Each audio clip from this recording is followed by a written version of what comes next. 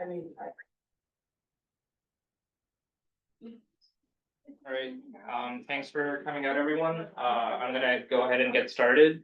So just a little bit about how the event will work. I'll go through a short presentation with some like basic objective information really quick.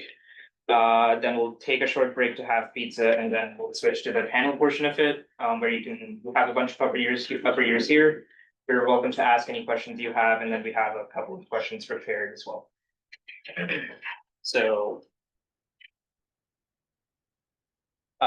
yeah, so what we'll be covering is a little bit about some academic stuff, then we'll move on to some jobs and the co-op program advice, and then some like general advice, and then we have the student panel portion.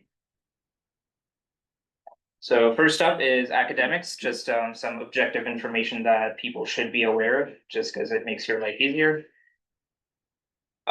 So how your grades work for your courses, you essentially have something called a CGPA, which is how you calculate that is you just don't take the amount of grade points that you get and divide it by the number of credits that you've taken. You can see like a chart there. Hopefully it's visible. If it's not, this is on Carleton's website, so you can find it. Each course you take, you get a certain amount of grade points based on what grade you get, and the more courses you take, the more credits you have. So those are the factors that affect your CGPA. What is actually affected by it? Like one question students always have is like, how much do grades matter? Do employers care about it? Does grad school care about it? So, yes, there are a few things that are impacted by the grades you're getting. So, for example, if so, all of you most likely have a entrance scholarship, which could be $1,000, $2,000, $3,000, $4,000. If you want to keep getting that year over year, you should maintain a 10.0 CGPA or like an A- average. There's a research internship program called the DSRI. I'll talk about that a bit more later, but if you want to be eligible for that after your first year, you should maintain a CGPA of 11.0. And if you want to take part in the co-op program, you should have a CGPA of over 8.0.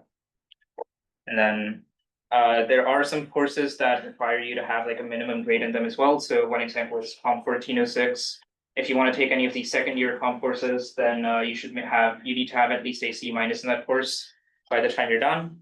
And then if you want to move on to do a master's degree, then you should maintain a B+ or higher average. That is like the minimum. You just need to have it, but most programs will be more competitive than that. So if you're going on to grad school, you should actually like really care about your grades, I guess. Something you may or may not have heard of, just by a show of hands, do people know what the first year grading policy is? So no one, okay, I guess that makes sense. Basically what this is in your first year, they have recently introduced this where you can take up to 2 credits of courses, and on your transcript, you can hide your grade that you got in them. So let's say you got like a C- in an elective that doesn't really matter, but you just had to take, and you don't want someone to see the C- on your transcript. You can request to have that hidden. So anyone looking at your transcript just sees that you have the credit for the course, but they don't see what grade you have. For some internal purposes, like the entrance scholarship, for example, they will still consider your grade, so that is going to affect your CGPA. But one thing it does not affect is the CGPA when they're calculating it for the co-op program. So if you're like just under an 8, for example, you can hide it grade in your first year and hopefully be above the threshold. There's a full page about this as well on the website, so you should go look up the Carleton first year grading policy. This is kind of just the gist of it. Good question. Is there a deadline? Like, would someone be able to do this after they finish first year? Or be within first? The deadline is gonna be like, for most of you, your second term is gonna be the winter term, so winter 26. So the deadline for you to do that will be like end of April, basically. If you want to request to have something hidden, do it by the end of April. Some other random bits of information. The undergraduate calendar has all the information about any course that you may or may not take. 2 things you should be aware of are prerequisites. So while you were registering for courses, you probably have heard this term, but prerequisites basically mean that before you can take a certain course, you might need to take a different course. So Comp 1405 is a prerequisite for Comp 1406, meaning you have to pass in that course before you can take the next one. And preclusions means two courses are very similar, so you cannot take both of them and get credit for both of them. So Comp 1805 is Comp 1805 and Math 1800 preclude each other because both of them are discrete math, so you cannot take both of them. And yeah, you can take courses that you have to take in any order as long as you have the prerequisites. So in first year, you kind of don't have much choice. You have to do 1405 before 1406. But once you get to second year, you can kind of take most of them in any order. So you can just kind of decide what works best with your availability and stuff. And like maybe you want certain instructors. And random bit of advice, go to TA office hours and instructor office hours. If you're struggling with a course, they're there every week to help you out, so make sure you take advantage of that. Some considerations regarding course credits. So you need to be in at least 1.5 credits per term to be considered a full-time student for financial purposes. So like if you're eligible for OSAP, you should be taking at least 1.5 credits or 3 courses usually. In any given term, you can take up to 2.5 credits, so 5 courses, and then after your first year, you can take, if you wish, another course up to 6, assuming you have a 7 GPA. And throughout your degree, you cannot take more than 7.0 credits, so 14 courses that are like 1000 level courses. That includes any required courses or electives. So when you're choosing your electives, try to take courses that that are in subjects you're interested in, so you can take like the upper year electives in those, and you're not just burning your 1000 level credits. Some things you should keep in mind for your second year courses is Comp 2401 and 2402 are like the best ones to take early because they're prerequisites for most of the third year courses. So if you get those done early, you can start taking third year courses as well.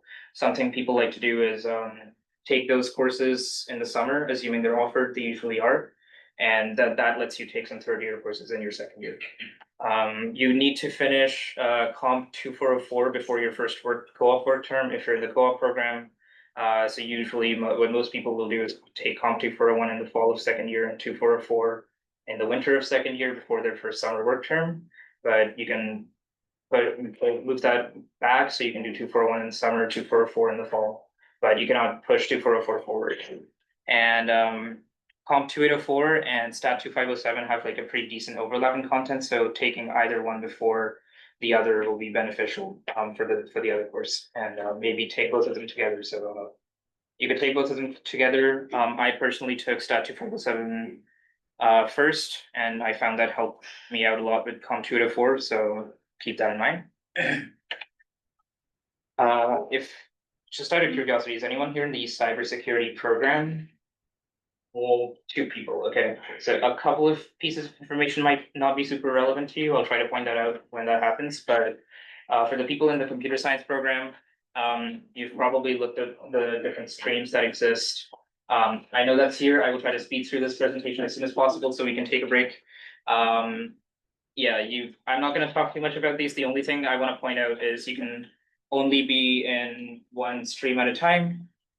The only streams that start in first year really are the business stream and maybe the game dev stream, but even that is not really the case anymore. And so you can switch streams whenever you want. Don't overthink like which stream you're in. You can change them however many times you like. So what I'm personally doing is I just switched into the AI stream. I'm going to take a couple of those courses to try it out, then I'll switch to cybersecurity, try that out, and I can just hop around as much as I want. So yeah, you can do that, but if you're not in a stream yet or you're not sure yet, that's not a problem. That's most people. That's the case for most people. For electives and minors, when you're in the computer science degree, I have it with you. Oh, really? Okay. Yeah. So we have tons of elective credits. You've probably seen that when you're looking at your degree requirements. So as I said, just try to find electives you find interesting. That makes things a lot easier because you're not thinking about which electives to take in your future years. You can kind of just do the second and third year versions of like the first year courses you took. And as of now, if you're starting in 2025, you can add up to 2 program elements. So you can either have 2 minors, or you can have a minor plus 1 stream. So a minor is basically you're saying that you're really interested in a certain subject. So if you take up to like 4 credits in that subject, then you can add a minor to your degree. So popular choices are like a minor in math, a minor in stats or business. I'm personally doing a minor in film studies, so you can kind of do whatever you want. But we have enough electives that that is an option that you can consider. Oh, yeah, question. When you have to confirm your stream, You don't need to, there's no rush to do that. You can, the only time you can switch your stream is during the summer registration period, so like in June basically, but other than that, you can go to Carleton Central and change your stream whenever you want. even if you're like third or fourth year, like when do you? Yeah, you can change it in third year, fourth year, as long as you're still studying, you can change your stream, and the only thing it really does is like gives you priority for certain courses, like if you're in the AI stream, you get priority for those courses, and then if there's space left, then they'll let people in other streams register, but if you're not sure yet, then yeah, you can just, if you want to take an AI course later, you can just change your stream then, even in third year, and yeah, just take those courses then. And yeah, just generally try to, in each term, try to take a course load that suits you, and that's gonna be different for different people. Generally, we recommend like you stick to like 2 or 3 comp courses and then 2 or 3 electives. But maybe you wanna do more, maybe you wanna do less. You just like try different things and figure out like what balance works best for you. Another thing that, oh yeah, question. That in mind. Again, no rush to do that. Like you can, let's say you're taking a bunch of electives in like a certain subject and you realize, okay, I want to do a minor in that subject, you can just request to have that added to your degree, but there's also no restriction that once you add it, you have to complete it. If you decide, if you start in one and you realize you're no longer interested, you can just drop that as well. So it's pretty flexible. One thing is that you need to have second for standing, declare a minor. Okay. I did not know that, but that's good to know. Yeah, another common thing in CS is for undergrad students to be TAs, like you might, oh yeah. In second year standing, to clarify. Yes. Like you need 4 credits usually. Or So what streams. does declare minor mean? Like, does that mean you're trying to pay for it, or? It means, so in Falcon Central, there's like a place where you add program elements. And if one of those program elements is a minor, for that to go through, you need to have taken 8 courses at Falcon. Or like have taken 8 courses in general, like 4 credits. And if you've taken 4 credits, then yes, I understand it. But go ahead. The courses you take before declaring your minor can still count towards your work. So you can take like the intro level classes for like psychology, and then when you're in second year, and then you're first year, then when you're in second year, you declare psychology as your minor. Those intro classes will count towards your. The main thing that's important about declaring a minor is that some departments will gate courses to people in that minor. For example, business tends to do this. Some courses will have, some departments will have events that are specific to students in that minor. So I'm an English minor, the English department has events for English majors and minors, so I'm eligible to attend those events. But other than that, it doesn't really matter. Right? Yeah, so as I was saying, you might have noticed in your classes, a lot of your TAs are maybe second or third year students. So you can also do that after your first year. Usually when you're applying to be a TA, they will give preference to the people with an A+ in the course and like higher CGPAs. But another way you can get that is just like make sure like your instructor knows you, like just like go interact with them after classes and like make sure they know you exist. And then if they like a certain student, they can just like request to have them as a TA, and that will usually like guarantee you a position more or less. So, but yeah, it's usually around like 5 to 10 hours of work a week. It varies based on the course, but you get paid for that as well. So it's like a pretty nice way to work part-time while studying. There's a couple other restrictions. There's more information on that page I linked. We'll post the slides after so you can go through that. Another question people have is what's the difference between the major and honors degree? So they're fairly similar, but there's a couple of things. So if you want to go on to do grad school, you should be in the honors program. And to graduate with honors, you need a higher CGPA. I'm blanking on what the exact number is, but I'm sure that's fine. You can find that somewhere online.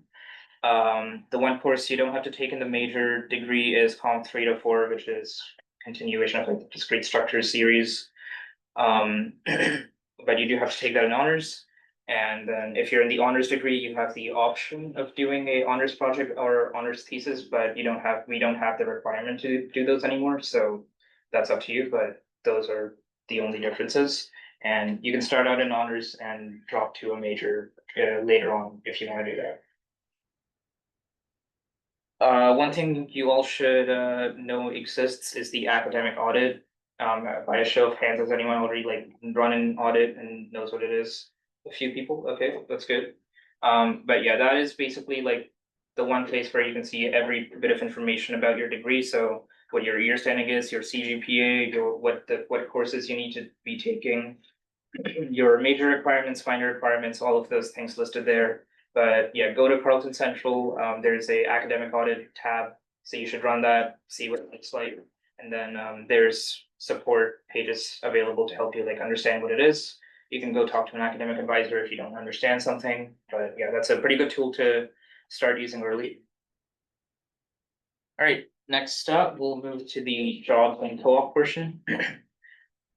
So how are co-ops and internships different? So in practice, what do you do in a co-op term versus an internship? Like at the actual work is pretty similar, but there's like a few logistical things that are different. So one benefit you get being in the co-op program is you have access to Carleton's co-op board, and there are certain job postings that are only on the co-op board and not posted publicly. So you actually get access to those.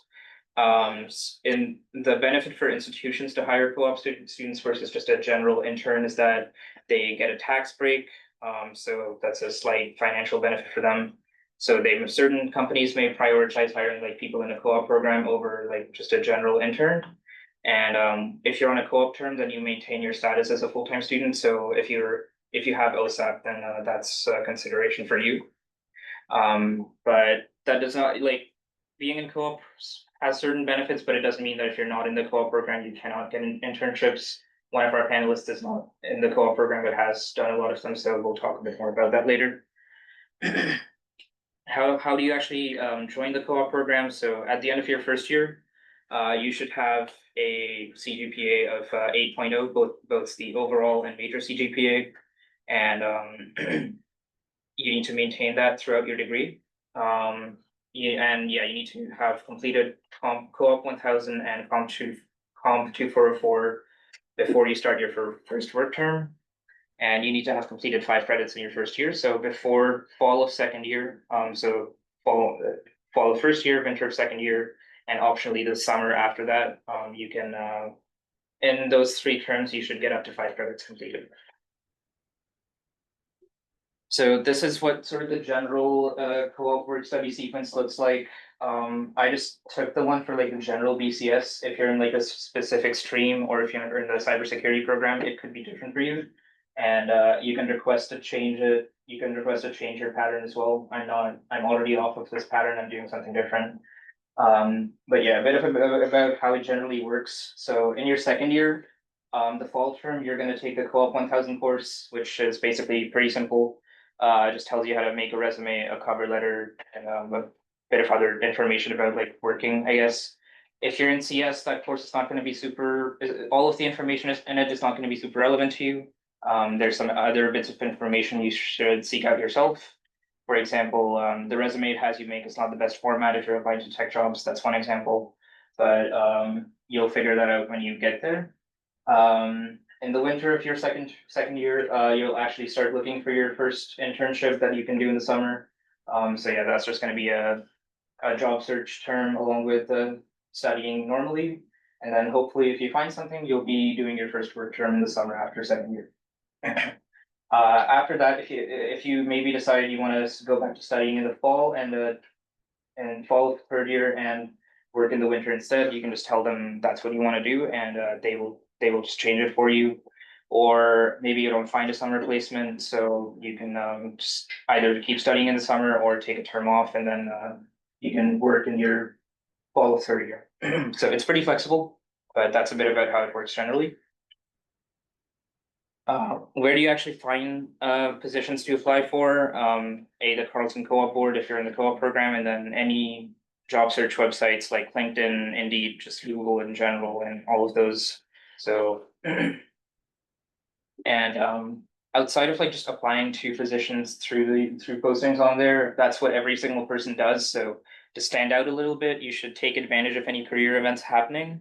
just to differentiate yourself. So these could be any tech conferences. There's a lot that happen in Ottawa, Montreal, Toronto. There's some career fairs always happening. Carleton has one coming up in October, and then they do one in the winter term as well. There's networking events that are always going on in various places, and then hackathons are a good place to network and build projects as well. If you go to My Success, which is a Carleton website, you'll find like a bunch of career events that they have going on all the time. But yeah, and anytime you see any of these events happening, that is one of the best ways to sort of go push yourself ahead in the job search race. So definitely go to those. And then something a lot of you may a situation a lot of you may be in is that you probably don't have a lot of experience to put on your resume right now, especially as a first year. So there are a lot of opportunities available to sort of remedy that. So a couple of programs that Carleton has are the DSRI that I mentioned earlier. That is basically a 4 months research internship that you can do with a professor at Carleton. There's the iCurious program, which is basically the same thing, but it's just not restricted to first year summer. You can kind of do that whenever, as long as you have a professor willing to supervise you for a project. There's the Students as Partners program, which is not super research focused. It's more like you're helping a professor make some study material for their course. Then outside of Carleton, there's the FSWEP program, which is the Federal Student Work Experience Program. Basically, I believe it has some government or student work positions. So I believe you submit like a general application and then you can hopefully find a position there. I haven't gone through it personally, so I'm not super sure how it works, but you can look that up. And then in general, just like go to hackathons and workshops to make projects and develop your technical skills. There's usually open source development projects happening as well. There's a bunch of clubs at Carleton that do that. The CCSS runs a few over the summer and work on personal projects on your own time as well. And then the engineering department has some design teams like CU in Space, the planetary robotics team, and a couple more that are also sort of that have like software development focused initiatives that you can take part in. But yeah, just like try to do things outside of your courses. Basically, anything you do, you can mention on your resume to showcase your technical skills, and that puts you ahead in the job search as well. All right, a bit of general advice. So what you can expect, how many of you are in first year? I assume most of you. Yeah, most of you. So September is sort of gonna be more calm and chill, like you're not gonna have too much work, like since things are just starting, but by the time we get to November, it's gonna be pretty busy. You're gonna have final projects and midterms and stuff for all of your courses, so you're gonna be way busier then. So now is the time to sort of like go around, meet people, discover events and clubs and places you wanna hang out in around campus. Just build your social circle now so that when you're busy with courses, you're not just like lonely in your room and stuff.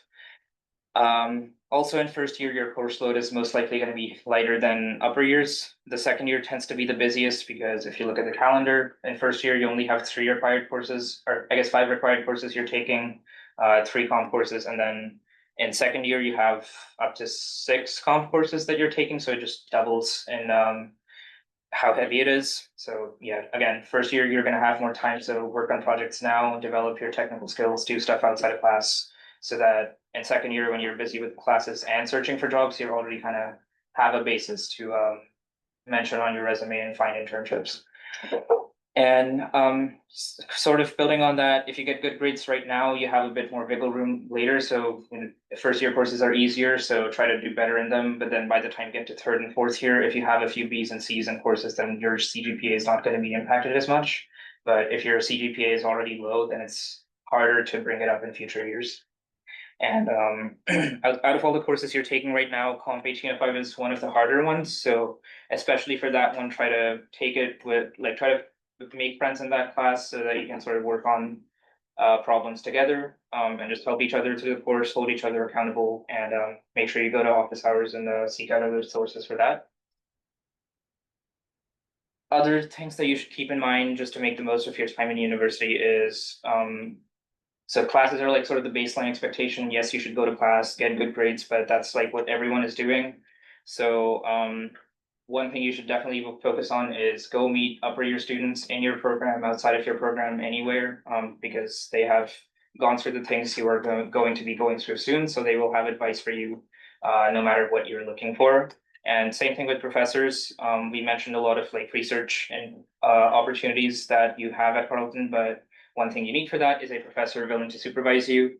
So make sure you sort of like make an effort to know who your professors are, make sure they know who you are. And yeah, just go talk to them whenever you have a chance, social events or just during office hours or anything. But yeah, having those connections definitely helps you out later on. So yeah, just make sure you're networking, I guess, as what the kids call it. Um, the next thing is get involved in student clubs, take on leadership roles, and everyone's doing classes. So to make yourself stand out, just get involved in extracurriculars. There's lots of clubs looking for executives, first year representatives, stuff like that. So take on those leadership roles. Those are definitely good soft skills to showcase. And sort of on a bit of a different note, while you're doing all of this and grinding to, go through university, also make sure you're prioritizing your health. Don't like die trying to finish like one assignment and have like, if you have like 5 things due and one of them is not worth too much, just like let that one go, for example. Like figure out how to prioritize things. If you have a 50% assignment and a 5% assignment and you don't have time to do both of them, just doing one is fine. If you lose 5% in one class, you get maybe a A- instead of an A+. It's fine. It's not gonna matter much in the long run. So yeah, just don't ruin your physical and mental health over trying to get like one A+, basically. And then other random bits of information.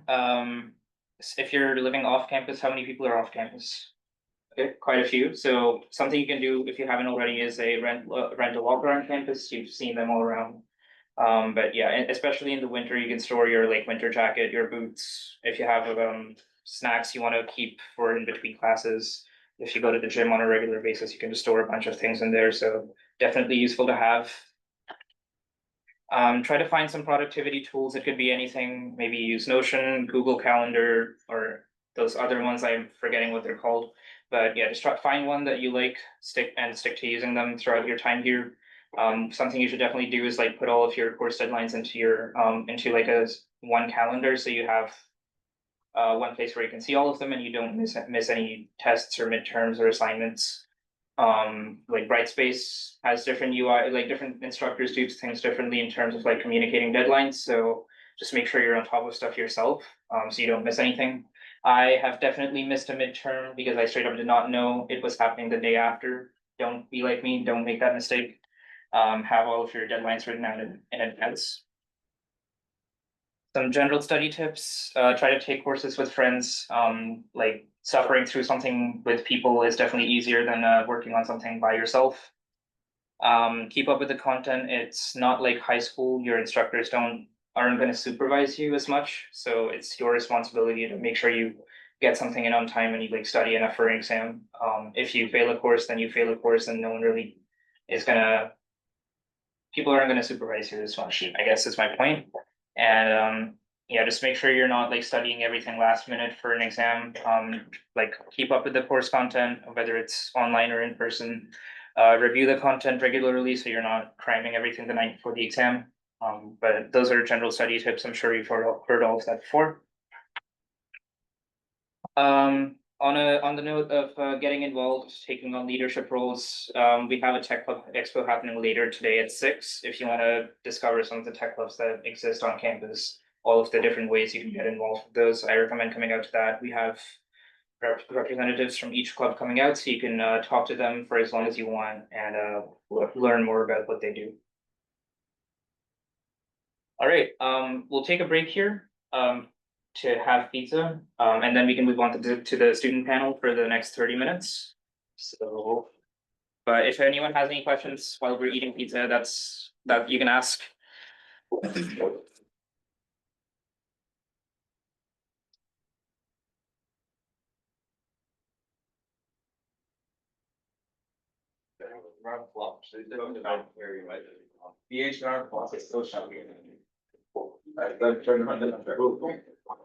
Yeah, feel free to just come up and take pizza, however, not too many people here. Talk about to do, but I can't pick it up. My phone's 32%. I don't wanna remove that just to be safe, so How much? Yeah, how much is yours though? I think, see if you can find someone else who has a charger, just to be safe. Started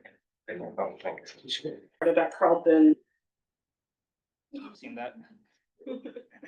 Before I started at Carleton, I was an engineering student at Waterloo. And then I transferred here a few years ago. I'm in the cybersecurity stream. And I've also done a few internships and I've done some research type stuff. So that's a bit about me. I'm Landon, I'm in third year, I have done, one co-op, and some research internships as well. I'm in the cybersecurity stream, yeah. My name's Neha. I am third year standing. I'm computer science honors with no stream, not planning on choosing one, and the minor in sociology. I have done 2 co-ops so far, and my schedule is off as well, so if you have any questions about that, I can answer. And then I also joined Carleton Blueprints as a developer and did a few projects with them, and now I'm co-pres, so. Awesome, sounds good. So I guess the next question I have would be, let's just start a bit general. Do you have any like specific bits of advice you would like to share with first year students that may have helped you, and when you were first year? Yeah, same word. My advice that I think I would give to a first year is take electives and things that are probably not something you think you would like normally do, like obviously in computer science, it's like, there's like, it's a pretty like, I guess, techie field or whatever, but it's good to take electives in other disciplines and see what's out there, especially as a first year, when you have like the most free time you're gonna have, and you're gonna be able to try out a whole bunch of different fields and see if there's other subjects that you want to take or like explore deeper, because this is like, your time in university is going to be the easiest time for you to get that kind of experience in other fields, so. I guess my piece of advice would be sort of twofold, like find your people.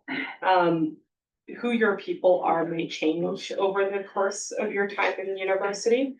But I think it's really important to both have a group of friends who are like within your program or like taking similar courses as you and understand what you're doing academically, but also a group of friends who are completely removed from what you're doing academically and are sort of people you know from other contexts. Because sometimes it's nice to hear, like, tell about like your problems to people who understand it, and sometimes you need other people to remind you that like other humans don't deal with this stuff. So just like talk to people, talk to, like, this was already in the presentation, but like talk to upper years, talk to profs, just talk to as many people as you can, is really useful. Also, don't self-select out of things. I think a lot of people will think that certain things are, I guess they're not qualified for certain things, or they're too scared of doing something, or like they're just like insecure for whatever reason. But it's really good to ignore those feelings and sort of jump in, because you never know. Some of the coolest opportunities that I've had here have been things that I thought I was completely unqualified for. So those would be my 2 pieces of advice. Okay, my main one has kind of already been said about having like a organized list of when your assignments are due and stuff like that. Because I've seen a lot of people not realize they have an assignment until either 2 days before or even after it's due, and it just doesn't turn out well. So at the start of your semester, just every single time, go to your course headline, write down all the assignments, their due dates if they're there. If they don't have a due date, you can still write it down, you don't have to put the date in it. And just reminds you that, hey, this exists, and as soon as you know the due date, fill it out. But then like at a glance, if you're using some form of service that has a calendar that shows you what's due soon, you can just see, oh, next week I have a quiz and a homework due and an assignment the Tuesday after, and you know how to manage your time for the next week and a bit. It just makes your life so much easier than checking Brightspace every like hour or two to be like, what's coming. Other than that, it's kind of like take electives that you are either like slightly different and you might not normally do, or you're gonna really, really enjoy. And I would suggest away from doing full math electives while doing a whole bunch of computer science courses, because your workload is gonna be a lot if you do that and a lot of very, very similar things. So branch out from that. My advice is kind of similar to the last one of yours, where, it's about, like, don't underestimate yourself, don't like fall into the hole of like imposter syndrome in university. I feel like especially a lot of the opportunities you see might seem intimidating in terms of qualifications, but a lot of these positions are built for you to grow into them and to gain the skills you need as you go. A lot of the opportunities you'll have are also like application based, stuff like that, right? So at the end of the day, like, just go for it. If nothing comes out of it, like nothing comes out of it, but like it's always worth a shot and you kind of get experience with applying for stuff like that, which is always useful. Jenna Ortega said that approaching everything with the confidence of an average white man changed her life. So I really think you should take that with you, Stan. And the second piece of advice I wanted to give was about plagiarism. So I've seen a lot of people, like, you know, first year you meet, you make friends, yada yada. They ask for some help on their code or whatever, you share it with them just for them to kind of use as reference, or you help them solve a certain thing, right? And people, like, at the end of the day, some people get stressed about deadlines and stuff like that, right? So last minute, someone, I've known people where like they share their code for that purposes of like, oh, you know, they'll just use that as a reference, or I'm just helping them solve this one part or whatever, right? But then like they get the person who they shared it with, gets stressed last minute and they just copy and paste and they submit it. And now both people are in trouble. If you are the person who shared your code, even without those intentions of how it's being used, you will still get like these academic violations and stuff like that. Like you will still get flagged for that. I've also seen people, like I knew one girl where she gave it to her friend, who all year they had been kind of working together on assignments and whatever, right? And then her friend wasn't even the one who took it, her boyfriend, the friend's boyfriend took it off the laptop and submitted it. And then they both got, flagged and like an academic violation. So really, guys, like, even if people are, you know, being a little bit uppity about it and like, oh, calling you finicky for like not wanting to help or share your code and stuff like that, like, this stuff does happen, and when you get to a certain amount of violations, or when you get to a certain year standing and you have violations, it's really not good, and it's not worth like risking it, just for friends like that. So, yeah, that's where I'm worried. Just some clarification on that, your first offense, I don't remember exactly what happens with it, but at least on the second one, it's an automatic fail of that course, and you might even be reconsidered for your degree, I'm not fully certain. And if you're flagged for plagiarism, it is no longer up to your prof. What happens, you can't go back to your prof to like, please don't make me fail this course. It's up to the dean, and the dean can make a choice. Sometimes it's just 0 on that assignment, sometimes it is that entire course has failed and you have to pay tuition again for that course. So it really sucks. Don't share your code with people. Especially how you were talking about like those mandatory courses, like a lot of second year stuff, right? Whereas prerequisites for you to do third year, whereas prerequisites for you to participate in co-op, right? So especially in your first 2 years, this can really have impacts on how the course of your degree goes. Right, before we move on to the rest of the prepared questions, I see a couple of student questions here, so. First one is, what is a good way to go about becoming a TA? I believe Landon, you've TA'd before, you want to take that? Yes, so sometime in the summer, I don't know exactly which month, but like after your summer exams, a couple months after, you'll get an email basically saying like the computer science is like looking for like TAs in all these courses. You have to have a good grade in that course. I think it is a minimum of A minus, but you want to have an A plus to do it. And you kind of just apply and hope that you get it. As was said earlier, if you know the professor, then they can like specifically request you, which does happen. I had it happen to me. That's how I became a TA. And I think they do something similar for the work term, like for the winter term, sorry, where it's like 2 months before the winter term, you'll get an email in your email box basically saying this is how you apply. And I'm sure also if you look it up, you can see some directions on Carleton website. But generally it's just you write up the best reply you can.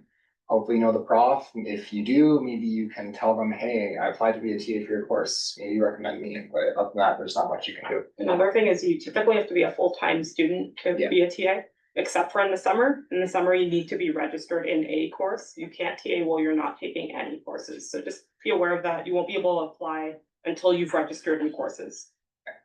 Also, co-op doesn't count, like, if you're full-time standing, as you said, but if you're in co-op, you can't, yeah. And you do generally have to be able to go to either the lecture hours or the office hours that are pre-scheduled. So it doesn't overlap with your courses and the course you're trying to TA, it just won't.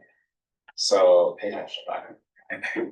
Okay, next we can talk a bit about co-op and internships. So start with Neha, you've mentioned you've done a couple of co-op terms. So could you talk about where you worked and sort of any strategies you had for finding those positions? Yeah, so, summer after my second year, or during that winter, like, I applied for summer co-ops. And I got nothing. I applied for a bunch. I think I had like a few interviews, but nothing really came of it.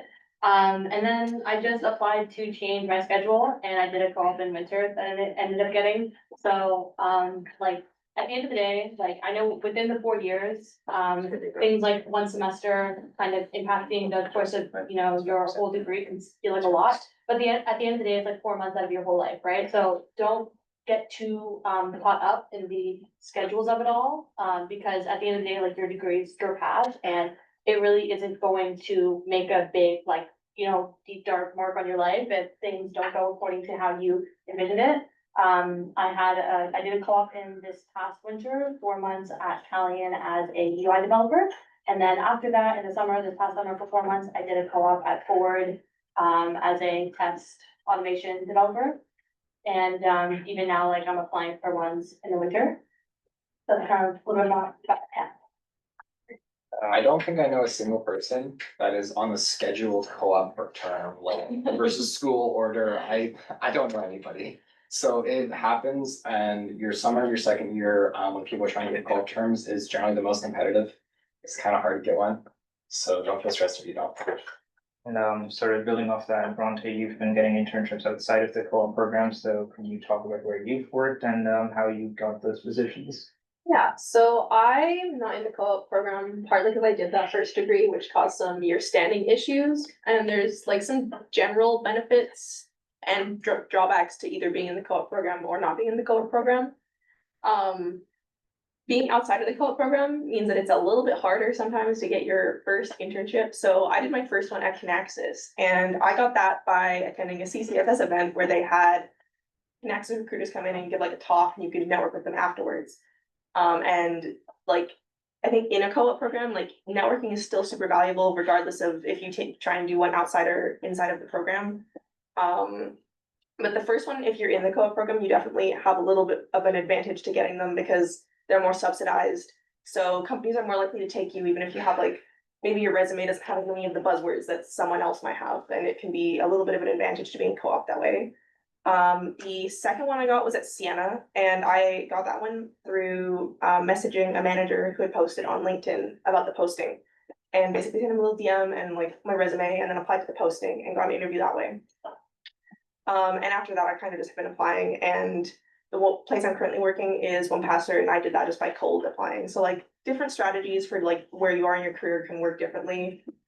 Your first one, for sure, you should definitely go out there and like meet people face to face, and even learning that skill is like important to have because that's always a strategy that's gonna yield better results than just cold applying to postings on the internet where they don't know who you are and they have no context on like what your skill set is, or if they would like vibe with you as a person. Because a lot of what a team is looking for when they hire you is if you're like a good team fit. So going and meeting the people who are making those decisions is always gonna be the best option.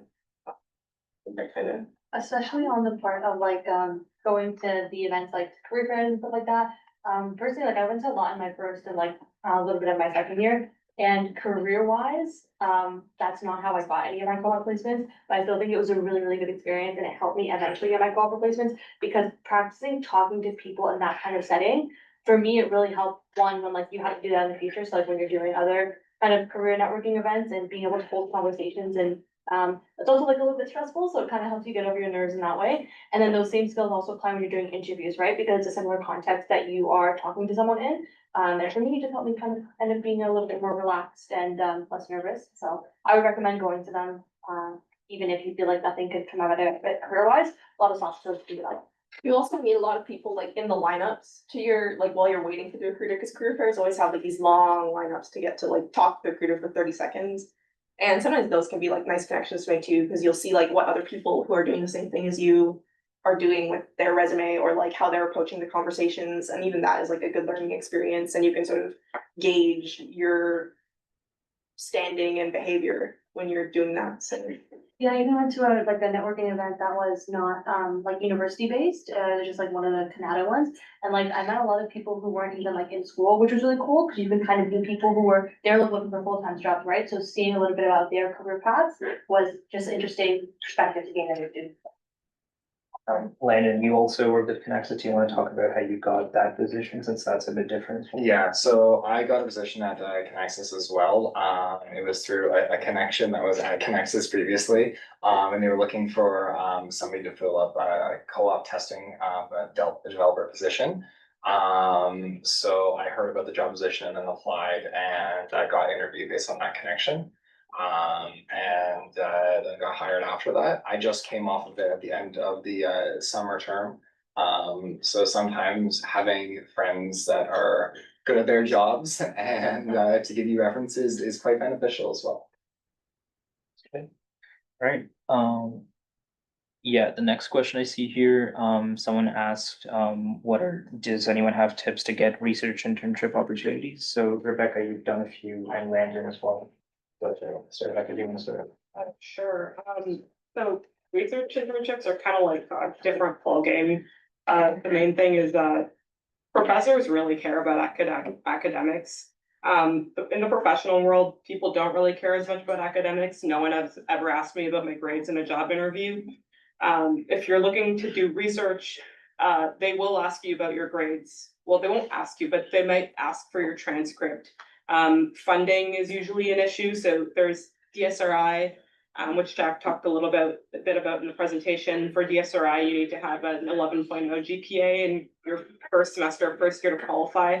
But if you're past first year, there's other programs like NSERC USRA, which is essentially you apply to get funding from the federal government to do a research internship, and that's very competitive. There's only like 40 slots for the entire faculty of science to get one of those, and so typically how that's decided is based on grades. So if your grades aren't high enough, you might not get the funding, and if you don't get the funding, you might not be able to do the research internship. If you want to be paid, you can also volunteer unpaid for a professor. Sometimes people do that. Sometimes they have RA positions where they might pay you to work with them for a few hours a week. But typically my number one piece of advice would be get to know professors, not just the people who are teaching your courses in first and second year, because typically the people who are teaching your first and second year courses are teaching stream professors, so they don't have a research program and therefore won't be able to supervise you for like a research internship. But talk to other professors in the department. There was the prof social that happened at the beginning of this week. That would have been a really good time to meet professors. There's probably going to be other similar events throughout the term. If you're ever on the 4th or the 5th floor where they have their offices and you see their door open, I've poked my head into a professor's door before and introduced myself and asked if they had 5 minutes to talk to me. That has been helpful, just getting to know the different faculty in the department. And sometimes if they think you're really interested, they might invite you to start attending some of their seminars, which is what I did. To start working with the professor I'm currently working with. I was attending the Security Lab seminars for about a year, and then I started working on a research project with him last summer. So it's really making sure that professors who do research know who you are and that your grades are good enough. I would say if your grades are above a 10 in your GPA, you shouldn't worry too much. But if you're really going for those like research awards, the higher your GPA is, the better usually. So for the DSRI, specifically for first years only, it's going to be in the summer of your first year. I think it was previously mentioned, but you have to have an 11.0 GPA in the first semester. And I believe you still have to keep a 10.0 GPA in your first year, but don't quote me on that. You might want to check it. The way you apply to it is you'll get an email towards the end of the semester or maybe even early January, giving you some information about it. So just check your inbox. It'll tell you if you're eligible. If you're eligible, you have to go find a professor, so comes in where the contacts, kind of, you need to contact with a professor. Because they're not gonna help you try to find one. It's not like a job posting saying like, hey, these are the positions open. They're just saying like, hey, if you find a professor, we'll give you funding. So you gotta find a professor and then you'll have to write up a research proposal. So don't just like find one last minute because it's gonna take a minute to write up your research proposal and then you can submit it. Generally, as long as the research proposal is half decent and your grades meet the requirements, it's generally accepted. And then for the iCurious one, that is, actually, sorry, I'm gonna go back to the DSRI. DSRI is 12 weeks, full-time. You have like X amount of hours you're like supposed to work. It is about minimum wage, unfortunately, but it's kind of what you get in the research world.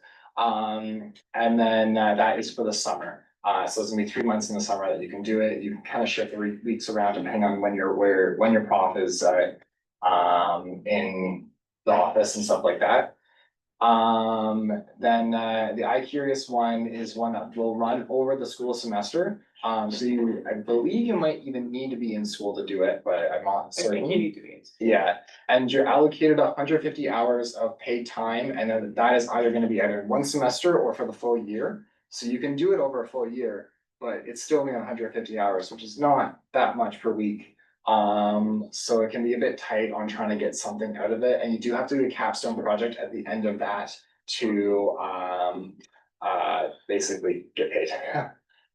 So that's how you do that. The same story with the iCurious is you do have to find a professor yourself. That's kind of the general overall topic. You can find out what professors are like the general research is by looking up their web pages. So you can look at the faculty list and you can see which ones are research, like do research, and then sometimes have a link to a website. You can go to the website, you can like read some of the overviews of what they research. If it interests you, you can try to see about talking to them. But yeah, it's like So. really, like, Yeah. the sooner you start talking to professors, the better. Another thing is usually these things, the deadlines will be sometime in January, sometime in February. So the right time to start talking to professors is before the winter break and not after the winter break usually, because that's when everyone's gonna be talking to them. So I believe DSRI, at least when I did it, which was 2 years ago now, it was, it was a couple years ago that I did it. The deadline was end of February, but like, if you basically don't have a professor at the start of February, you're not getting it. Like, no chance. So I would have like a contact with a professor before the end of the semester. Sometimes they don't lock it in until start of January, but like as long as you're talking with them beforehand and you're not just randomly showing up in their door as of January, it's generally better. Okay, I see another question here that is, what is the difference between software engineering and computer science in terms of careers? What you learn, the difficulty and that stuff, so I believe that is more generally speaking, just what is computer science versus software engineering? Does anyone want to take that question? It's a bit open, so. I mean, I can take a stab at it. The software engineering or like software development, basically usually refers to like what you're actually doing on a job, which is gonna be quite different from what you're learning in school. I think they're asking about the programs though. Are they? Was It there was a software more general. program, so. But you can answer based on this. Like the difference between if they learn in the programs, which I think the programs are pretty different, but the outcomes of like the jobs are. Most people who graduate with a CS degree go into some sort of software developer, engineer role, which is what you were saying, that it's like pretty different from what you learned in school. I mean, in engineering, like, cause there's like in school, there's like a few different places where you'll see the word software engineering. There's like the stream and there's the actual engineering program, and then there's like the courses, Yeah, which are also gonna be different than seeing software engineering in like the workplace, but I don't know. So there's like a software like computer science program, I mean, stream, Stream, yeah, I believe, if I'm not wrong, it's under the engineering department. it is not. It's not, okay. Okay. There's a few different required courses, but we're gonna have Matt answer it because they don't have a better answer. Okay, relative to the programs, there is engineering, software engineering, and there is the software engineering stream under computer science. The big difference between the two is that sorry, I'm sick. Engineers are like an accredited thing, right? When you are becoming an engineer, there's all these, you have to learn all these ethics, you have to learn how to be a good engineer, all those things, get your iron ring. All the people in engineering do all these extra courses that We if have you to do take like not. statics and dynamics and all, Yes. and Seven chemistry. hundred levels of They calculus. take chemistry and physics and all We these have to things. deal with hardware stuff. You don't have to do, okay? And from a getting through the program perspective, what that means is they're actually kind of behind you. They'll end up taking all these chemistry and physics things in like first year instead of taking comp sci classes. Then usually what that ends up with is that like they eventually do catch up, but like in terms of the program, they do end up taking most of the same courses as us. There are some software engineering courses that they can take that we cannot, and there are some courses that if you're in the software engineering stream, you can only access because they are a part of that stream, like there's overlap between those two departments. So if you want all the details on that, I would go to the SCS stream website. It will point out the course codes that are unique. They are not comp classes, they're actually listed as like engineering classes, but there's a few of them that are like, without question, like software engineering adjacent that you can only take if you're in that stream. That's the program answer. Is that what we're looking for? That's a program I think so, answer. yeah. Do you wanna also just talk about generally what is software engineering versus computer science, just to cover that? Why not? In my opinion, software engineering is an applied discipline built on computer science. So software engineers are kind of like mechanics, and computer scientists are kind of like the people who invent the parts that the mechanics work with, if that kind of makes sense. So I don't know, a good example would be a computer scientist might make some algorithm for sorting data really fast, but the software engineer would actually like build the app that uses that algorithm, if that kind of makes sense. So the difference is one is more theoretical, one is more applied.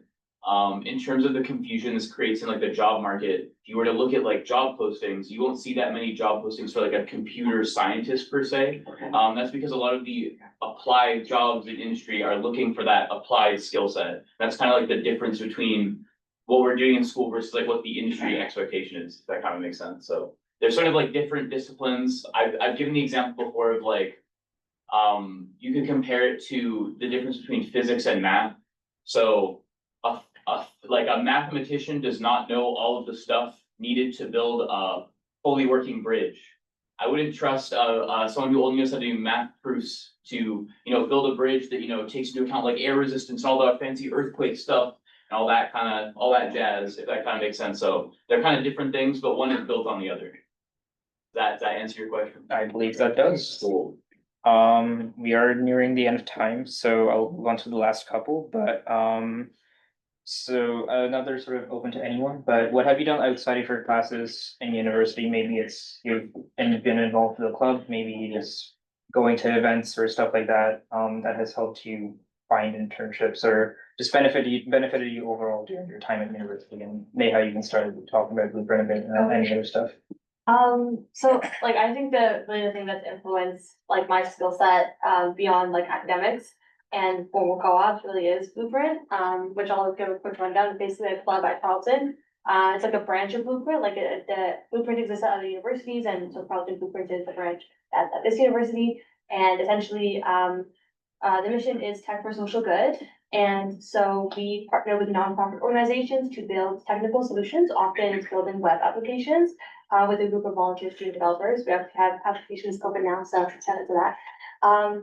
And like even working as like a developer, like on one of the teams, it pushes you to learn a lot more technical skills, and you learn about like the life cycle of application development rather than just like specific parts that the scope of your classes like typically can't really cover because they're more specific. And I think it just helps to give you insight onto what kind of stuff you'll be doing when you enter the workforce. Also a lot of like team building skills because you're working with like a small team of developers, and project management skills, organization skills, stuff like that. That's not like solely technical, but really, really influences how you perform in your career. And it's really important for you to have those skills going into a job. And then we also have like a VP project role, which is like a bit, again, like higher level where you manage the nonprofit organization's communications with the student developer team. So, again, seeing like the life cycle of like how a project goes and stuff like that, and the different issues that comes up, aside from technical ones, but even like, scoping out the requirements, stuff like that, figuring out the right tech stack, like all these different decisions that go into it. I know personally just given me a lot of insight into what, a career and what that would look like, which has helped me a lot in finding, kind of narrowing down my goals, because I didn't go into the program with a specific stream. But it's kind of helped, me understand what, future career might look like. Anyone wanna add anything to that, or should? I was pretty involved with the cybersecurity club in my first 2 years here. It's actually like a pretty big influence into how I got my first internship working in cybersecurity. So like being involved in clubs that are related to stuff that you're interested in can be pretty helpful. I've participated in a competition called CyberSci. If you're interested in cybersecurity, you should definitely look into participating in CyberSci. It's basically like a CTF competition. CTFs are really good to do if you're like more interested in cybersecurity. The winning teams at CyberSci got to interview with different organizations, and so I got my first co-op through that interview process. So again, that's just another example of how getting involved in stuff outside of class, participating in competitions outside of class, networking can help you find a job that's not just like, cold applying. There's also the CCSS, which you can volunteer for. I know they're looking for first year reps at some point, right? That is true. Maybe Jack could speak a little bit to that. We are currently looking for 2 first-year reps. We've talked a lot about that, but the deadline is tomorrow, so if you are interested, you can sign up by end of tomorrow, and the role is basically just be the point of contact for first-year students to influence our decision-making process so that we can make sure that whatever we are doing is in line with what first years actually want. So if you want to sort of be the person to facilitate that, you are gonna have a lot of freedom in terms of what you get to do. If you want to run specific events, if you want to take on any new initiatives, that's all up to you. Whatever ideas you have, we will do our best to make sure that we can help you see them through. So that's one way you can volunteer with us. If you do not sign up for first year rep, we have lots of other volunteer opportunities throughout the year as well, so. Yeah, just like keep an eye on our socials whenever we are looking for volunteers for something, we will be reaching out through that, so. As someone who has done a little bit of volunteering for the CCSS here and there, it's fun. You get to meet cool people who are also all like learning things that you would find interesting as a computer science student, and you make friends, so, and do all the like leadership, gain experience, That is true, I mean, those if I those could, pieces. like, if I were to speak to my case, my resume, when I was applying for my first thing, 90% of the stuff I mentioned on it was CCSS related, both technical and soft skills and leadership skills. That's one example. I'm not saying that is the only example, but just point is, go out and find some club or group that you find interesting and make sure you get involved with them, see what they do, stuff like that. Also, I know remember you mentioned competition, but like, I found that really useful, like it's kind of forces you to go out and create something and learn something, and I've known people who just go to hackathons just for the purpose of networking and just create like a Vito's project, that whole thing. But yeah, just look into those. I believe that kind of covers a lot of things. Is there any bit of advice anyone has that wasn't covered by one of these questions already? I do see a couple of other questions here, but those are more sort of objective, so you can answer those after. If there's anything else you want to share, now's the time. I guess if I had any last words, it's just like, do stuff while you're here.